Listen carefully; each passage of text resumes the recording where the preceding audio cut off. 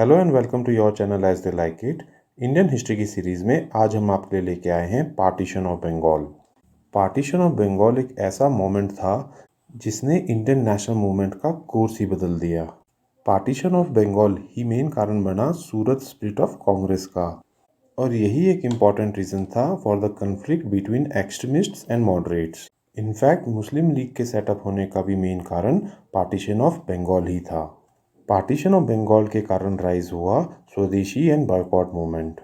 स्वदेशी और boycott movement Indian freedom movement का पहला मास स्ट्रगल था, और इसी के कारण अल्टीमेटली बर्थ हुई रेवोल्यूशनरी टेररिज्म की। तो आखिर क्या था ये पार्टीशन ऑफ बंगाल, आइए देखते हैं। Bengal one of the most important nerve centre था इंडियन फ्रीडम स्ट्रगल का। यहीं से आते थे कई फेमस लीडर्स जैसे सुरेंद्र नाथ बैनर्जी, बिपिन चंद्र पॉल, अरबिंदो घोष। इनफैक्ट पूरे इंडिया का नेशनलिज्म इसी नर्व सेंटर से कंट्रोल हो रहा था। इंडियन नेशनल कांग्रेस भी कलकत्ता को अपना बेस बना के वहीं से ही सारे प्रोग्राम्स प्रोपेगेट करती थी।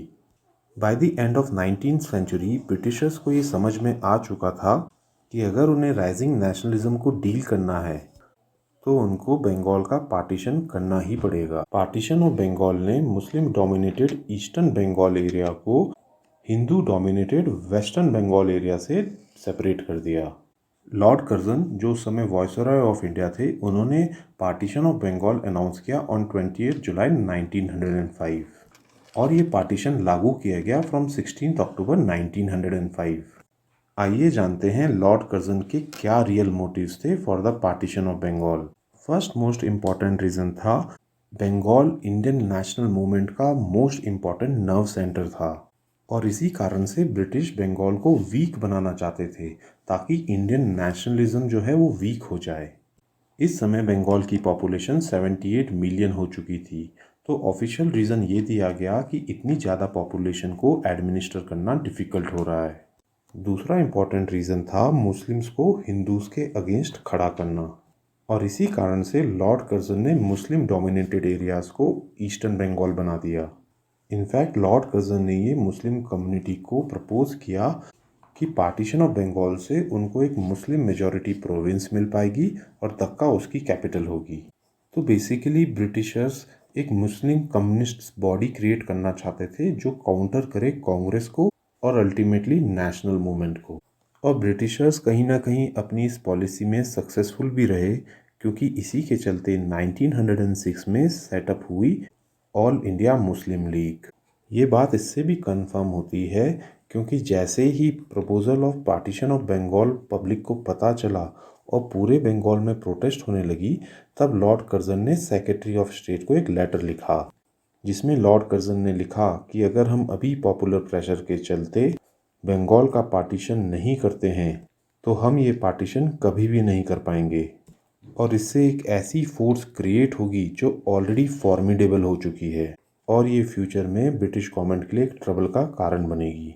बंगाली इन्फ्लुएंस जो नेशनलिज्म पे था इस समय, उसको तोड़ने के लिए बंगाल का सिर्फ पार्टीशन ही नहीं किया गया, बल्कि पार्टीशन इस तरीके से किया गया कि वेस्टर्न बंगाल में भी बंगालीज एक माइनॉरिटी बन के रह जाएं, क्योंकि इस वेस्ट बंगाल में 17 मिलियन बंगालीज थे और 37 मिलियन उड़िया और हिंदी स्पीकर्स थे।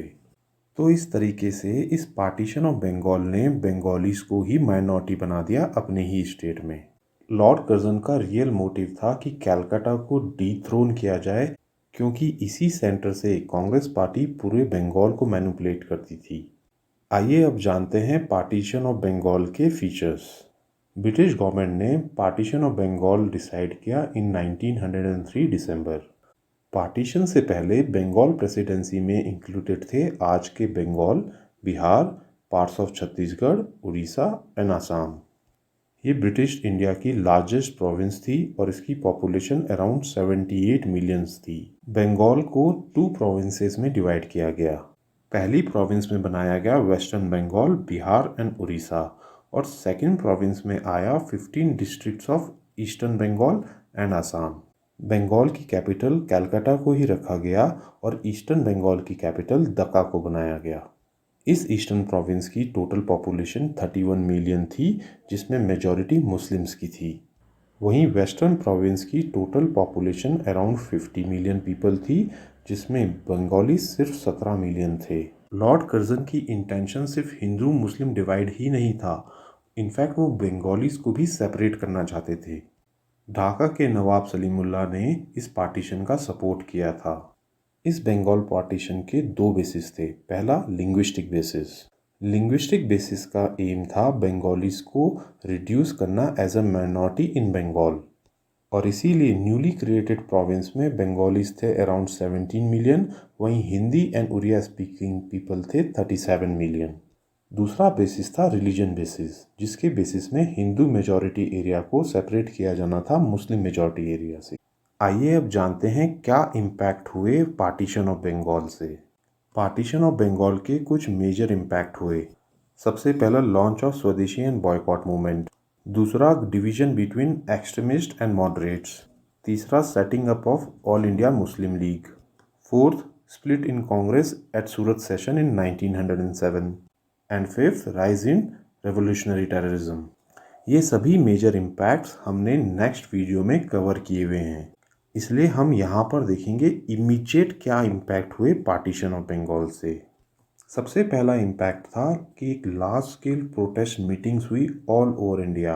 इन प्रोटेस्ट का स्केल इस बात से जाना जा सकता है कि अकेले ईस्टर्न बंगाल में 500 से ज़्यादा प्रोटेस्ट मीटिंग्स हुई in the first 2 months of partition.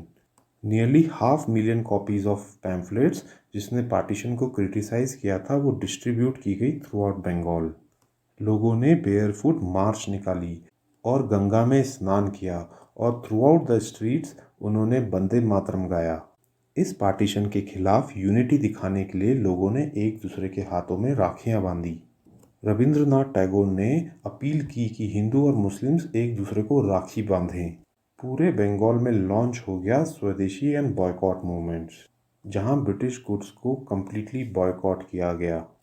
इस बात का अंदाज़ा इसी बात से लगाया जा सकता है कि मैनचेस्टर क्लॉथ के प्राइसेस एक साल के अंदर 15 टाइम्स रिड्यूस हो गए। सुरेंद्रनाथ बैनर्जी, कृष्ण कुमार मित्रा, पीसी रे जैसे लीडर्स ने बंगाली हितावधी और संजीवनी जैसे न्यूज़पेपर्स के थ्रू एक पावरफुल प्रेस कैंपेन चलाई गई अगेंस्ट द पार्टीशन।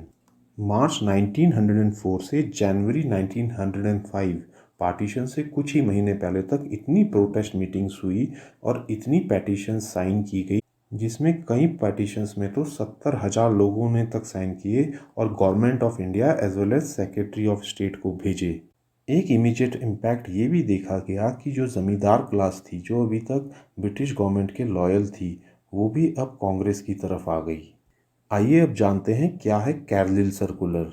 स्वदेशी और बॉयकॉट मूवमेंट में ब्रिटिश गुड्स सेलिंग शॉप्स की पिकेटिंग की गई और ऑफिशियली कंट्रोल्ड एजुकेशनल इंस्टीट्यूशंस का भी बॉयकॉट किया गया। ऐसे में स्टूडेंट्स को थ्रेटन करने के लिए ब्रिटिश गवर्नमेंट ने थ्रेटन किया by withdrawal of grants, scholarship as well as affiliations of the institutions.